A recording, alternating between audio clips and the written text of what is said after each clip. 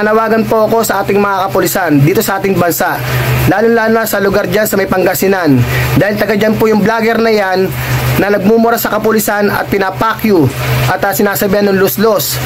Kaya sana ma-action ang po itong vlogger ito para madala po ito, dahil yung ating mga kapulisan na inirerespeto, ginagalang, pero itong vlogger ito hindi na natatakot, minumura, pinapakyu at sinasabihan ng luslos.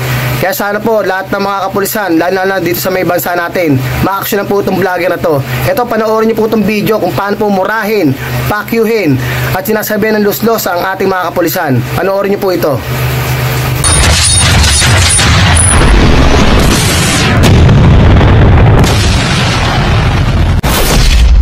Lapit na akong kasuhan dahil pinagmumura ko mga pulis. Sabi ko lagi, kayong mga nagbabantay sa live ko, pukin ang ina nyo, eto kayo, ha? Kayo mga oh, pulis yun! Ay, shout out nga pala sa mga pulis na nagbabantay lagi sa live ko, ha? Masasabi ko lang sa inyo.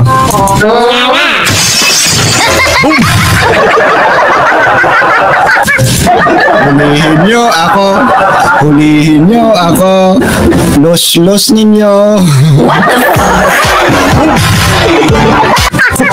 Sos, kung kayo pa rin yung nakita ko doon sa vlog ni Matubang na pinasok niya yung cybercrime office ng police, kung kayo pa rin yung nakita ko doon sa screen na kayo yung nagbabantay sa mga live ko, tangina nyo. Tangina nyo.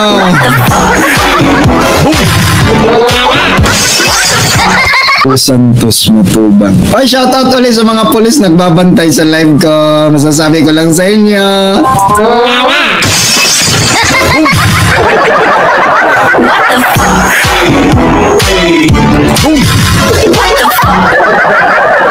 Ito kayo, nood lang kayo.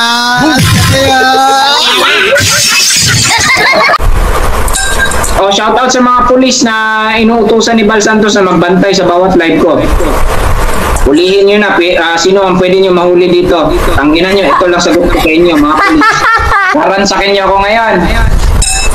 Tangina nyo. Yan po, Senador Idol Rapi Tulfo. Nakita niyo na po sa bidyong to kung paano po balahurain ang ating mga kapulisan. Sana po, Idol, na mapansin mo po ito. Kasi sobra na po pambabalahura itong taong to. Bukod sa ating mga kapulisan na pinagmumura nito at binabalahura, wala nang respeto, pati po pangkaraniwang tao, mayaman, mahirap, wala po itong sinasanto, Idol. Dahil ng ating mga kapulisan, nakita nyo naman sa video kung paano tumurahin, bastusin, balahurain ang ating mga kapulisan, Idol. Sana mapansin nyo itong video to at mabigyan ng leksyon itong taong to para maisarado ang channel nito. Kasi sobra-sobra na po ito eh. Ang dami ng binalahurang tao. Siguro, Idol, kung may sasaram itong channel niya to, ba't paano titinutong taong to? Sobrang bastos sa Idol eh. At sa mga makakapanood po nito, sana po ma-share natin to. Kasi alam ko maraming tao na galit dito dahil kasi yun nga po, halos lahat binabalahuraan tong taong to. Walang sinisino to. Kaya sana sino makapanood nito ay huwag natin kalimutan i-share tong video to para po magkaroon ng leksyon tong taong to. Kasi kung magpapatuloy ito sa kanyang pagbablog, marami pa itong saka yung makakapanood ng mga bata sa taong to dahil sobrang balahura, kung ano-ano lumalabas sa mga bibig nitong taong to.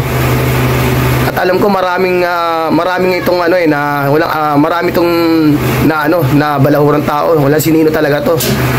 Isipin nyo, pati ang ating mga kapulisan hindi na po ginalang, Idol Rapi.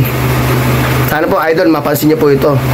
At sa mga makakapanood po nito, i-share po natin para po mabigyan ng leksyon tong taong to, Idol. Kaya sana, Idol, mapansin mo to para mabigyan nyo po ng leksyon tong taong to. Kasi sobra na po ito eh, sobra. Maraming pa itong babasusin na tao. Ito ko, maraming salamat, Idol, kung mapapansin mo to. Salamat, Idol, para matigil na itong taong to. Bastos na vlogger to, walang respeto. Kaya sa lahat po mag-share to, maraming po salamat para at sa lahat pa po na mag-share pa po, Maraming salamat.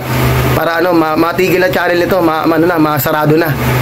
At gumagawa pa to ng pangalawang channel para nga naman daw pag na-block yung channel niya, meron siyang panibagong channel naman. Ibig sabihin, mambabalahura uli ito.